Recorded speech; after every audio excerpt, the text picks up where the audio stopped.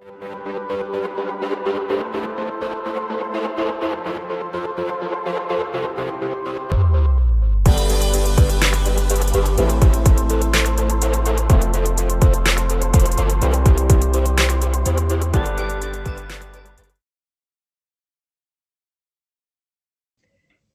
everybody, welcome back to your Dawn of Drones podcast. I'm Dawn Zoldi, your host and the CEO of P3 Tech Consulting. Can you believe it is November already? It is insane. And oh, by the way, we're kicking off this brand new month and we're dedicating it to the theme of crossover tech. What am I talking about? I'm talking about dual use technologies, tech that you can use both on the military side and the civilian side.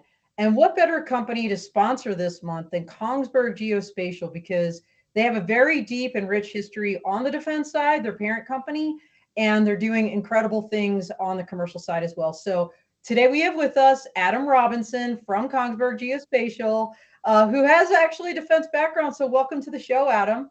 Thank you. Thank you very much for having me. Absolutely. Absolutely. Well, that's a great way to start. I mean, Veterans Day is in a couple weeks, and I thank you for your service. Tell us a little bit about your background. A little bit about myself. I graduated the United States Naval Academy, and I was a naval aviator. After that, I flew P3s for the Navy for a little over 9 years before I left active duty. Went in oil and gas for a few years. Went out and got my master's degree in technology commercialization at UT Austin, and then got recruited back into the defense world. I started as a program manager for a pretty large defense company. Then went to the dark side of business development, and have been there for quite some time now. I've been with Kongsberg Geospatial a little over 10 years now. And can you explain exactly what your role is with Kongsberg Geospatial? Yeah, so I basically lead all of our business development efforts in the United States. So pretty much I focus on the defense side of the house and not much on the commercial side. Right. We're going to talk a little bit about both, but we're definitely going to focus on the defense side. I know that's your primary lane here, but let's talk about Kongsberg, because Kongsberg is a defense contractor. I mean, I think most people recognize the company. Tell us about Kongsberg, and then the connection to Kongsberg Geospatial. Yeah, so Kongsberg now is a very large international defense company based out of Norway. I think I've lost track of the head count with some of the acquisitions they've done over the last few years, including like Rolls-Royce Marine and Patria and some other companies. So it's a very large company, large international presence. We are a wholly owned subsidiary of Kongsberg. That's why we are Kongsberg Geospatial, and we are headquartered up in Canada in Ottawa. So tell us a little bit about the history of Kongsberg Geospatial then. Yeah, so Kongsberg Geospatial is a little over 30 years old now. It was a startup company in Ottawa, and it started with our main focus of geospatial visualization, and it grew over the years. And then one of the biggest changes for the company would have been back in 2006 when the actual Kongsberg acquired the company. Kongsberg had been using our products for quite some time, and someone had the brilliant idea for standardizing using this product. Why don't we just acquire the company and help grow it? And that's kind of how we got to where we are today. Absolutely, and I think the product you're referring to is the TerraLens product. So tell us a little bit about what this is. So TerraLens is a high-performance software development toolkit. It used to be known as Intermatics, which was kind of a lot to say, and then the map was capitalized in the middle of the word. So from a marketing standpoint, it wasn't the greatest name. So we changed it to TerraLens. It's been around for quite some time, but it is a software development toolkit that has lots of different types of capabilities, and it is used by software developers to develop real-time situational awareness and command and control applications. And this is, I think you guys are up to what, the 9th generation of this particular product? Yes, actually, as of today is our official release date for what we call version 9.4 of our TerraLens product. All right, everybody, you heard it here first. And by the way, we are live. I just want to remind everybody about that. Please jump in the chat, say hello, ask Adam your questions. We love to hear everything, including, of course, positive encouragement. So let's get those comments flowing here today. So that's awesome. 9.4, you just said today's the big release. Well, congratulations.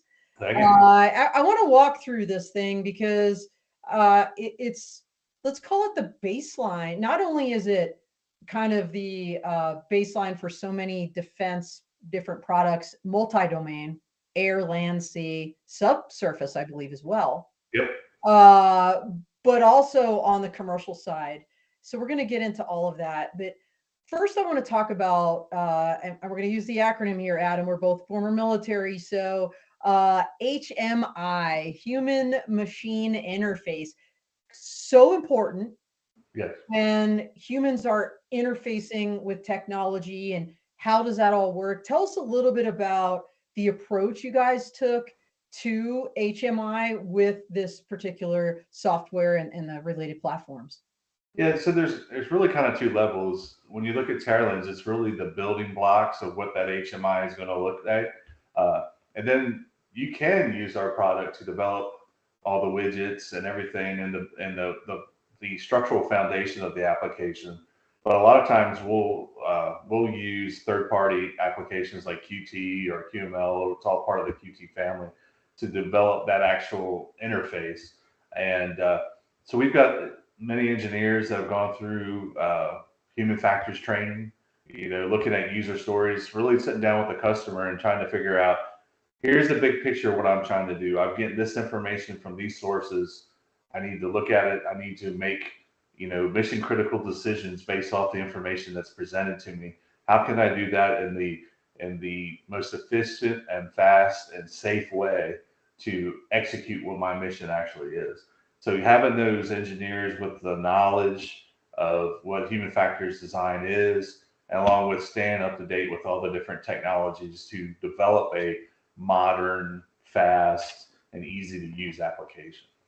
Yeah, it's amazing. I think some people don't quite appreciate that HMI is like a whole branch of scientific research and study because, like you said, there could be a whole host of different kind of data streams or information coming at a person all at once, and that actually can become a safety factor.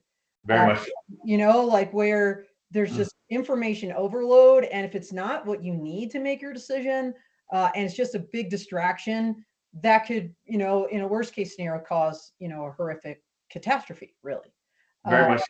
Yeah. So the HMI interface is critically important. So let's talk about some of these real world applications, because I kind of alluded to the different domains where Terralens is being integrated into. Can you give us, let's start with maritime. Can you give us an example of a maritime integration of Terralens? Yep, and it's a very large program. So we are part of the U.S. Navy Aegis weapon system. So when a naval operator is sitting in the command and control center and they're looking at the display that's showing the ship's location, all the tracks around, all the map base, everything, that application was developed using Terralens. We've been part of that program, I think, for a little over 15 years now, and it's an impressive. It's a very nice feather in our cap for programs that we're a part of, and it also, I think, illustrates some of the pedigree that our software is a part of. Yeah, it's amazing that it's multi-domain. So let's talk about ground robots or vehicles. Can you give an example there? Yeah, so we are also a part of the U.S. Army's Joint Battle Command Platform program, which is, I believe, at last count, there's over 110,000 of those systems fielded today. So pretty much any Army vehicle that has a mounted display in it runs this application. And Terralens is the building blocks for that program as well. That is unbelievable. And of course, one of my favorites, air. Can you give us a good example of that application as well? Yeah, two quick ones that come to mind. We are in the NATO AWACS program.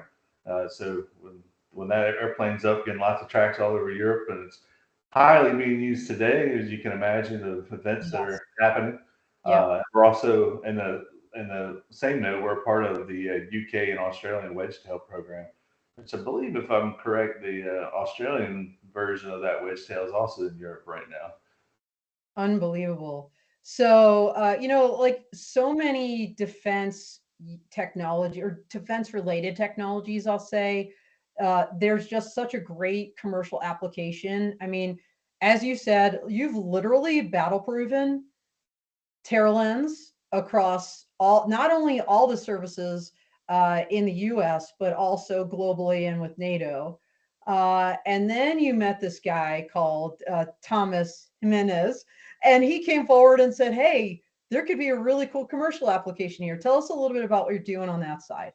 Yeah, so like many of your viewers, I'm sure are aware of, have been heard of our Iris family of products, and so Iris Terminal and Iris GCS, there are systems, but when you look at the actual display application of them, they're built on Terralens. So it's an example of a modern look and feel using our engineers who developed that look and feel for those operators. And it's a little bit different, not looking at maybe dropping weapons on somebody, but now you're looking at inspecting maybe power lines, or you're looking at inspecting railroads or agriculture or many different things. And it's just still a very mission critical application that's being used for, but just in a different domain. Yeah, absolutely. So, everybody out there, by the way, Thomas was, I worked with Thomas and Kongsberg Geospatial on a worldwide premiere of the Iris terminal. We'll drop that link here shortly. It's on YouTube. But really, when you think about obtaining beyond visual line of sight waivers, the ability to see all the different information that's safety critical in one place is what Iris is all about. And I know, I think Thomas was at Commercial UAV recently. You guys had a booth there. I actually sat down with him at the AAM Summit. So there's another application on the commercial side, in the FAA Drone Symposium in Baltimore in August. And then I believe we first connected at the Energy Drone Robotics Coalition Summit, if I recall correctly, because I know there's significant energy, and that's your background a little bit, energy applications on the drone and robotics side as well. So really, really cool. All right. So let's talk about we talked about some of the diversity of the hardware kind of type systems. Tell me about all the different software. I mean, we work quite a bit, Mike, my producer, and myself, with the Drone Code Foundation. They're an open source platform, they work with Linux. What are you kind of integratable, if that's a word, with on the software side of the house? So I would say the majority of our customers today are either operating on Windows or on Linux, and we have a bunch on both sides. We still support some customers that are operating on Solaris, and we also have some customers that are operating on some of the real-time operating systems out there. So when you're looking at true real-time performance, that's really where Terralens shines. We also have the ability to deploy in a web environment and on an Android environment if needed, but we really focus our efforts mainly on Windows and Linux today. I just think that range of different software interfaces that you're able to plug and play with just kind of goes to show the versatility, but also the fact that what you do is completely customizable. Is that correct? Yes, the good thing about Terralens and the length of time that we've been using it and developing on it, it has a very wide use case ability. Like you said, pretty much there's an operating system that people are using, we can support it. And it's same when it comes to the tools that people use to actually develop software. So whatever that environment is, whatever tools they are using, generally we're able to support. And if they stay with us as a maintenance and support customer, we ensure that we keep that environment as well. So as we develop new versions of Terralens, we test to their environment just to make sure that we haven't, nothing in our technology stack has, been disrupted by our future developments. We maintain that backwards compatibility for our customers. Very good. And by the way, everybody, Adam had a tremendous conversation with Maggie Schuster last week on Clubhouse. So if you missed that, go back and listen to the replay. That's on my LinkedIn. It's also, of course, you can find it if you dig deep enough into the Clubhouse app, which continues to move things around. Good times. But a picture paints 1,000 words. And, Clubhouse is just audio chat. I really want to pop up this next picture of your TerraLens product and kind of show, that kind of user interface, that HMI, what people see on the screen. So we've got this image up. Can you tell us, walk us through what we're seeing here? So this is a coastal defense and maritime awareness application that was developed using TerraLens. So there's a bunch of different sensors that come in, radar, for example. They also have some video feeds. So they're very looking at the ports in the area, making sure that the ships that are either at anchor or that are coming into that port, or who they are and who they say they are. They also will have boxes around the ships to make sure, believe it or not, ships go at anchor and they start drifting, and the ship itself may not even recognize that it's drifting, but their application can alert the operator that, hey, the position of this ship has moved so much, and brings up, an alert and saying you should keep an eye on this. Maybe there's a problem here. Yeah, this is just an example of a coastal defense system and maritime awareness application that is developed using our TerraLens application, our software toolkit. Well, it's all good. This is live, it makes it real. Believe me, I trip over my words all the time. So this, I think, is a great illustration of risk reduction and really the advantages of using something like TerraLens, as you said, the building block for whatever system you're trying to prove. As I watched that, Adam, and I was listening to you, I was thinking not only just kind of drones beyond visual line of sight, I was thinking UAS traffic management, because if you're talking, I was thinking remote identification for drone, because when you're at counter drone on either the military side, since this is crossover tech month, or, the commercial side, and I do air quotes because right now, you probably know this, on the civil side, we don't have very many authorities, almost none, for folks to employ counter drone technologies. But when we do, hopefully soon, this kind of thing would be phenomenal for that visualization of what we're looking at in any given, area of responsibility, or as we call it in the military, AOR.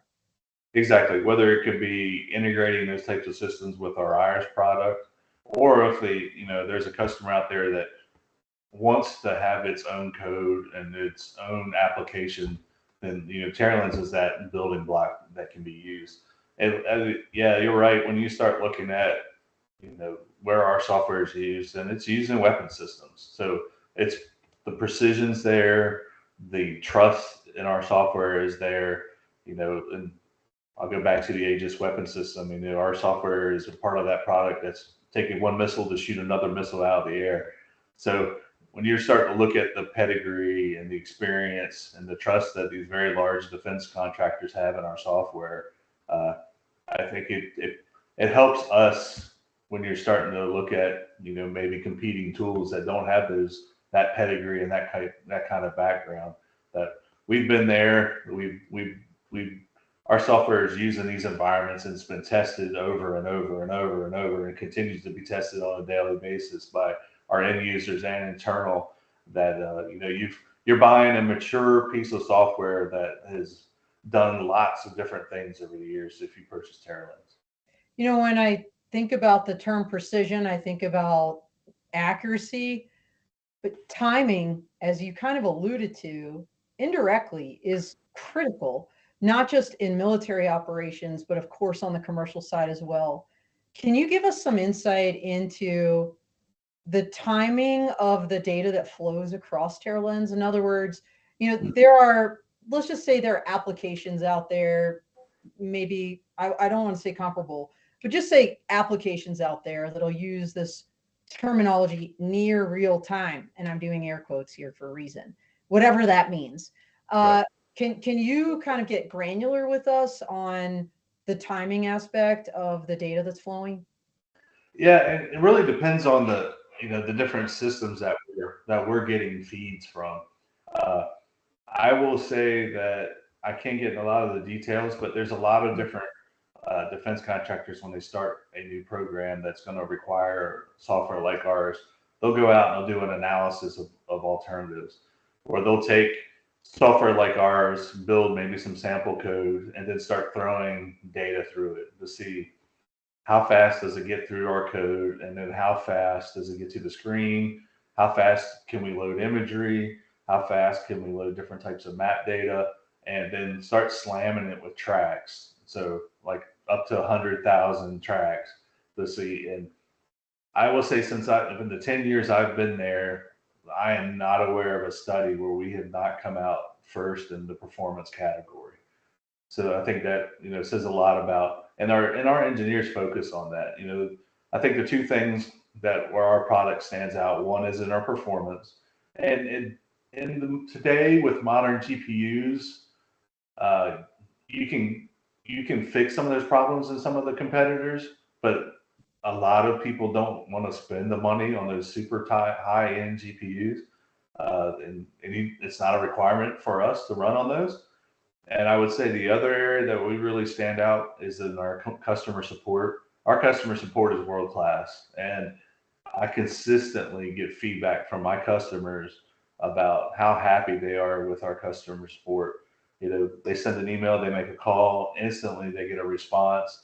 And even people that have not chosen our product for one reason or the other, maybe they decide to do some development internal, or maybe the program didn't move forward. I've always gotten responses about, we haven't spent a dime on you guys, but the response from your engineering team has been amazing. And, and that sticks with developers as they go through from different companies, as they grow in roles. So a lot of times we'll get a return customer, or a customer coming to us that's like, 5 years ago I talked to you guys and we ended up not doing that program, but I remember how well you guys supported us in the evaluation phase.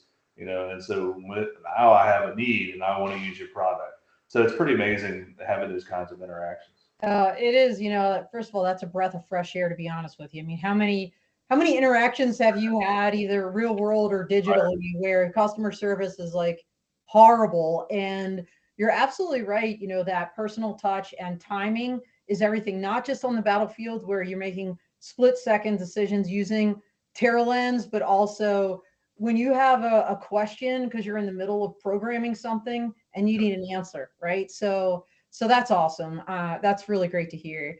And we have another image I want to pop up here, to, again, images being what you guys do, and your bread and butter. Tell us a little bit what we're seeing here and the different range of features that you can highlight on this particular screen with Terralens.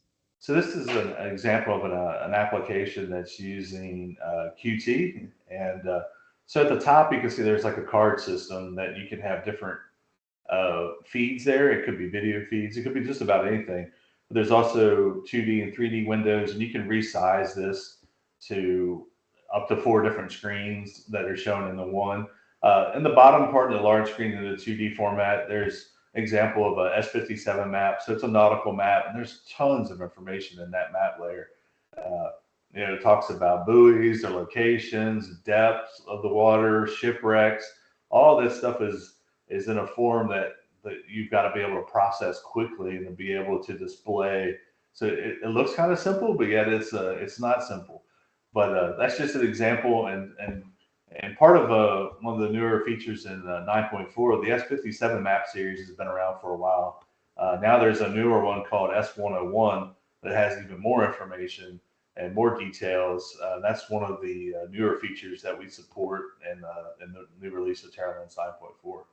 Well, he doesn't really watch my show, my own husband. But don't tell him that I said this, but I know how important buoys and underwater objects are. We were on vacation last year and we rented a boat, or we're driving around Lake Winnipesaukee, and all of a sudden I hear crunch, and I'm like, this can't be good. And sure enough, we had missed the buoy. We were in a really rocky area, and so that was just a recreational float, right? Could you imagine if this was a real world operation, whether on the military or commercial side. That kind of data is absolutely critical. So here's my question then. You talked about customization. Can you give real world warnings that will alert the operator before they're about to hit that rocky area and ground their vehicle? You can for sure. Some of that is more in the application layer of the product when you're developing it, but the TerraLens you can write into our APIs to have that kind of heads up, and we do that very much in our Iris family of products. When we start looking at a UAV versus terrain or UAV versus some sort of other airborne object, where we give those operators an alert to be like, hey, you need to look at this and maybe take a course of action to avoid it. Yeah, operating in that kind of third dimensional space is very different, probably. I guess it's technically 3D on the ground, but I just feel like in the air, it's just different. And so I think we have an image of this as well, where we're visualizing some airspace here. Tell us about that. Yeah, so first I'll give a plug out to Maxar. This is the actual imagery that you're seeing is provided by them, and I believe it's downtown Vancouver, if I remember correctly. They provide some very high detail map data, and they've been very good to us with different demos of our products using some of their data. So I'd like to give those guys a little plug there if you've got any questions about that type of data. But this is an example of using our Iris platform, where they're looking at using a delivery or a drone to deliver an object. Could be anything, but just to give it a 3D ability to, and you can, if this was live, I could put it in a view like I'm that actual drone, so I can see where I'm flying and where you are in respect to all those different buildings and whatever other objects in the terrain.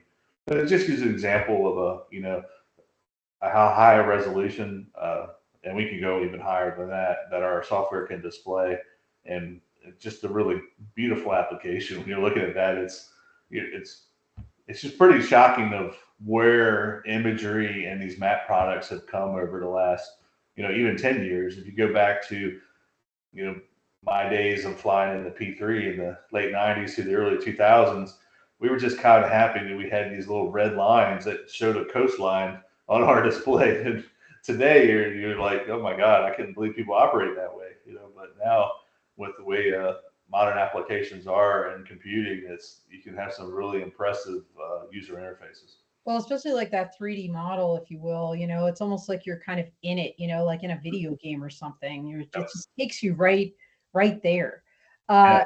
All right, so I want to take a second and I want to just kind of do a recap and really walk through these products to be clear. So the first one and the main one we've been talking about is your TerraLens real-time geospatial SDK, Yes. right? And that is the mapping 2D, 3D building block, I think you called it, for so many different systems and interfaces. Yes, exactly. All right, awesome. Tell me a little bit about the TerraLens server multi-format map tile server. Did I say that right? I said server. A lot of words there too. A lot of servers in there. But we provide a server capability that that users can tap into to bring in map tiles to their applications. There's a lot of different ones out there. We handle like raster tiles, strain data, vector formats, mil-spec symbology, everything that we can push in over our tile, over our server. So it's an added capability. It's a value add. I think people are seeing now that's an imagery that's coming. Here's an example of a picture that we push through over our tile server through an application. Really high performant, high resolution imagery as well. We also have a product that we call Creator, which allows an end user to locate the map data that they have. A lot of times people have map data, they don't know what it is, it's just a file. Creator allows them to preview it, select geographical areas that they would like to import. You can also apply style sheets to the maps. Like a lot of people will use OpenStreetMaps, and they have some styles that come with them, But there are many things that you can do with those to make them look better, to make them be more effective for whatever your end use case is. So that creator allows that. We also have, we talked about the Iris family a little bit, where we have the ground control station and we have Iris terminal that are enabling. Iris terminal's main process, our main feature is to help enable visual BVLOS operations and adapts to all kinds of sensors. That way, you don't just buy that product today and be like, if there's a new sensor comes out, I'm not going to be able to use this anymore. No, that's not how we designed it, so that it consistently will stay up to date for the end user. And one other area that's a little, I like to tell people we're a niche company that has a bunch of little niches that we do inside of it. One of the other areas is we have a product called iSim, which is a high fidelity air traffic control and air traffic simulator. So it's used by the FAA. It's used in multiple different programs. It's also used by the U.S. Navy and an embedded trainer for all their big deck amphib and air traffic. I'm completely coming back.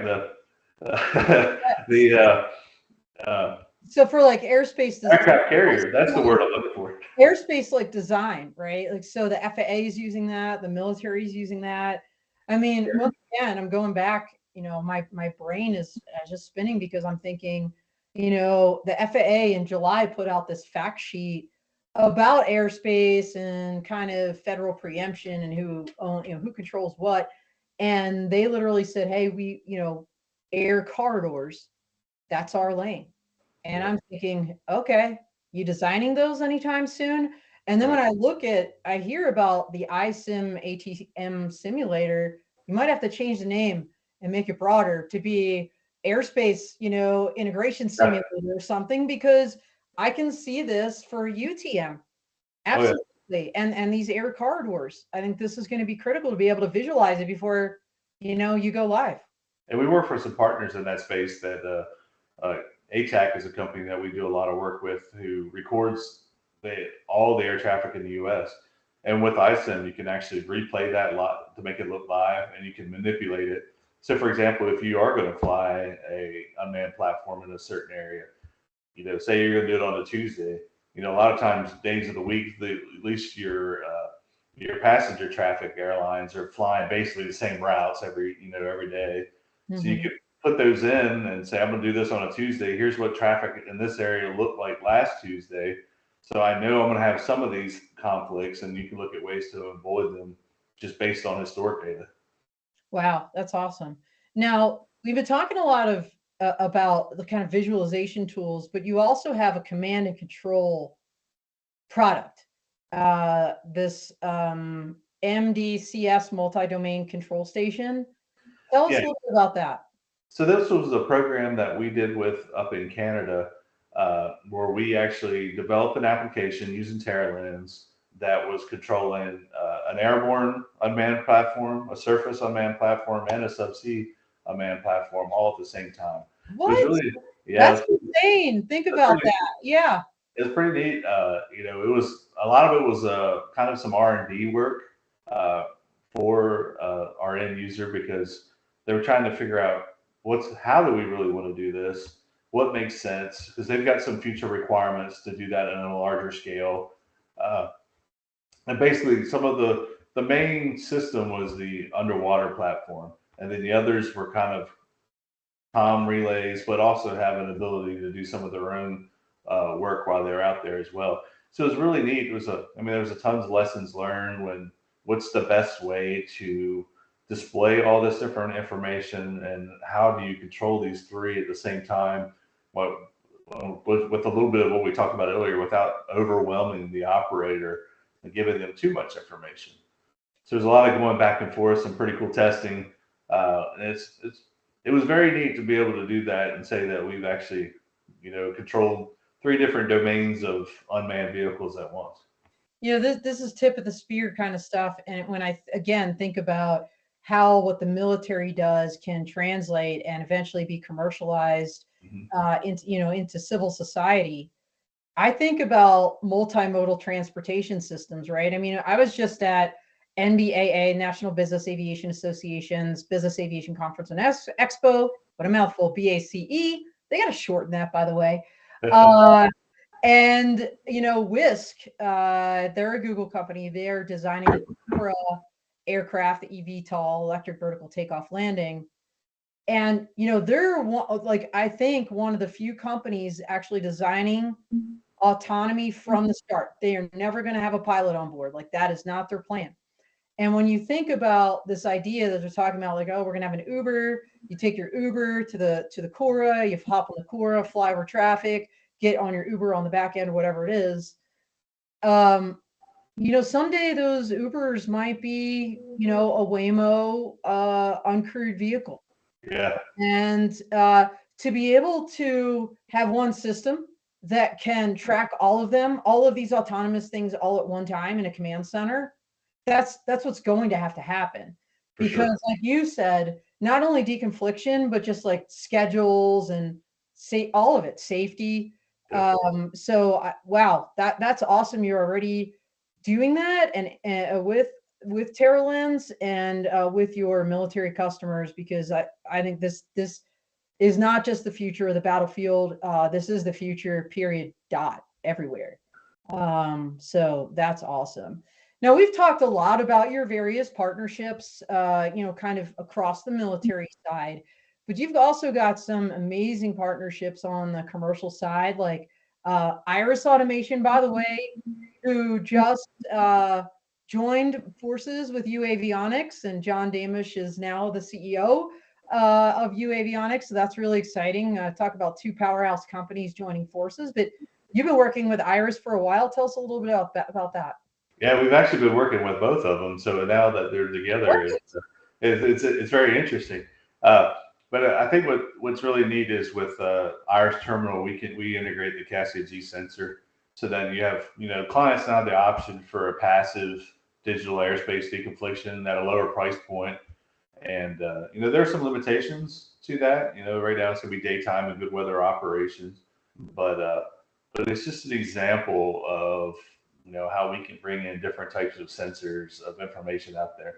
The more sensors, I think, the better it's going to be. That way you can, you can start correlating the sensors together, which we have some capability to do that as well, to give you a better picture. Because, every sensor out there is going to have some natural error into it, whether it's a radar, whether it's acoustic, whether it's visual. And so the more info that you can get together, the more accurate picture you can present.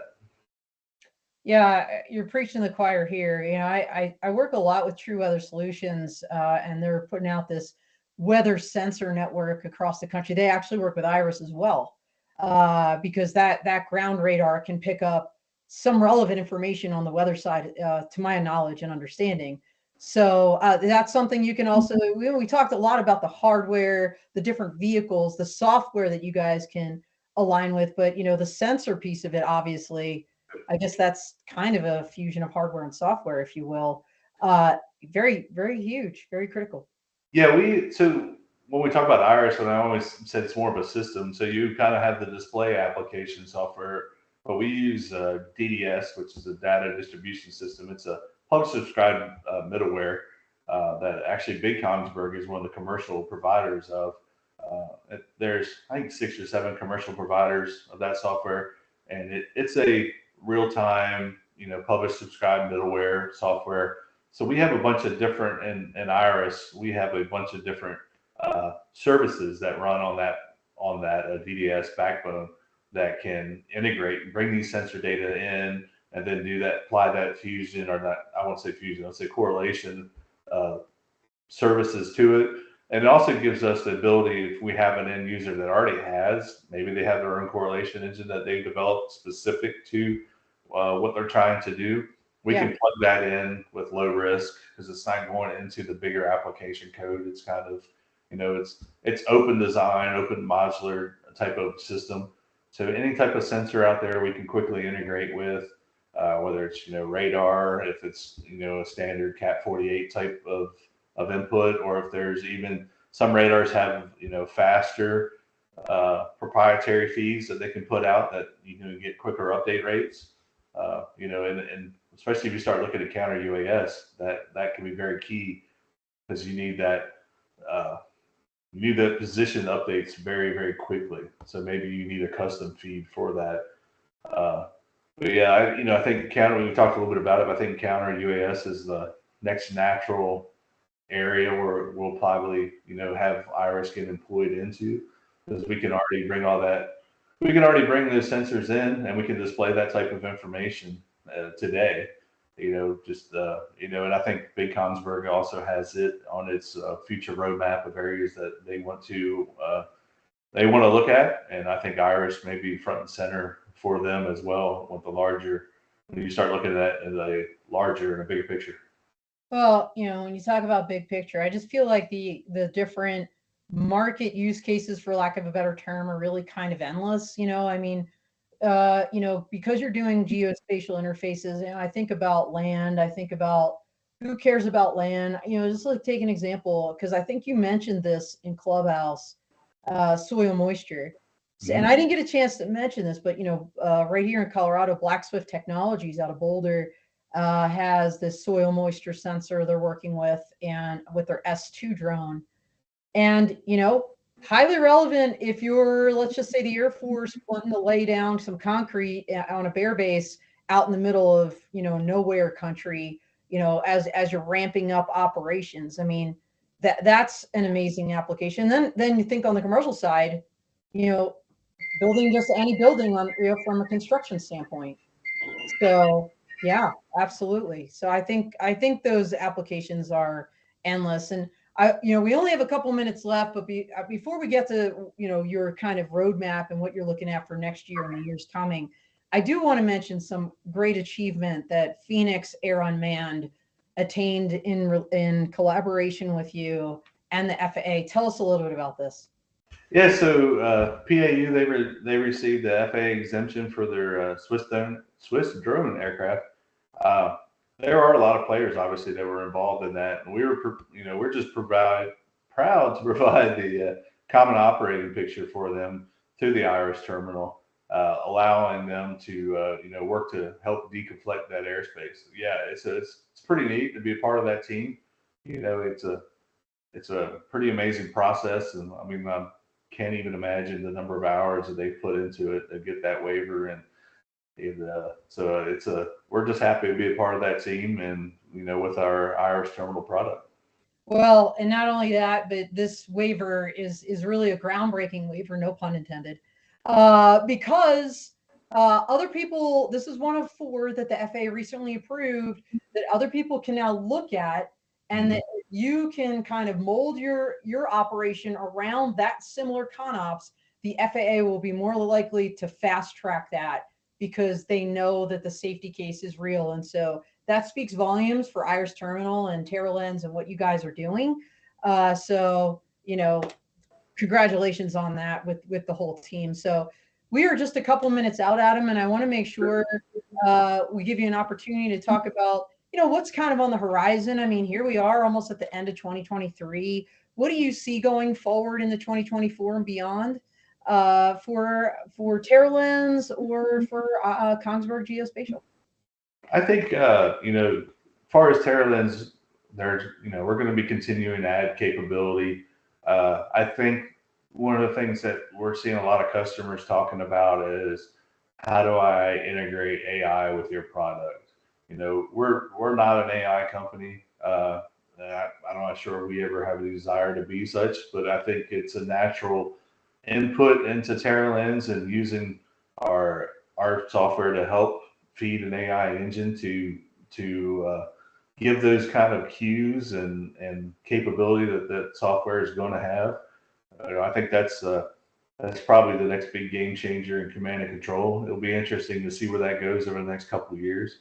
But I think with that, I think we talked a little bit about, on the Iris side of the house, probably counter UAS will be our next natural market area that we start to look at. That we've already had some people coming to us, they're like, hey, we like Iris.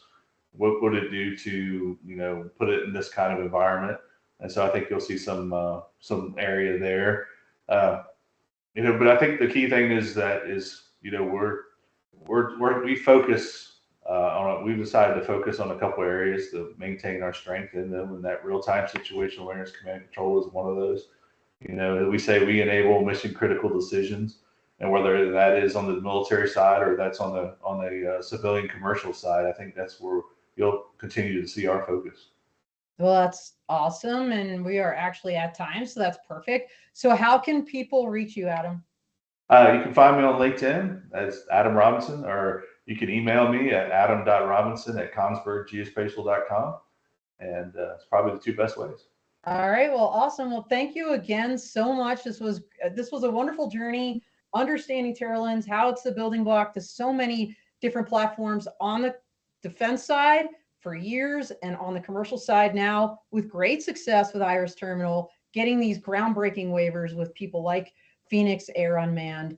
So everybody stay tuned for more from Kongsberg Geospatial. You're going to keep seeing their names out there doing great things. And we thank you again for sponsoring our Crossover Tech Month. Everybody, we are out here.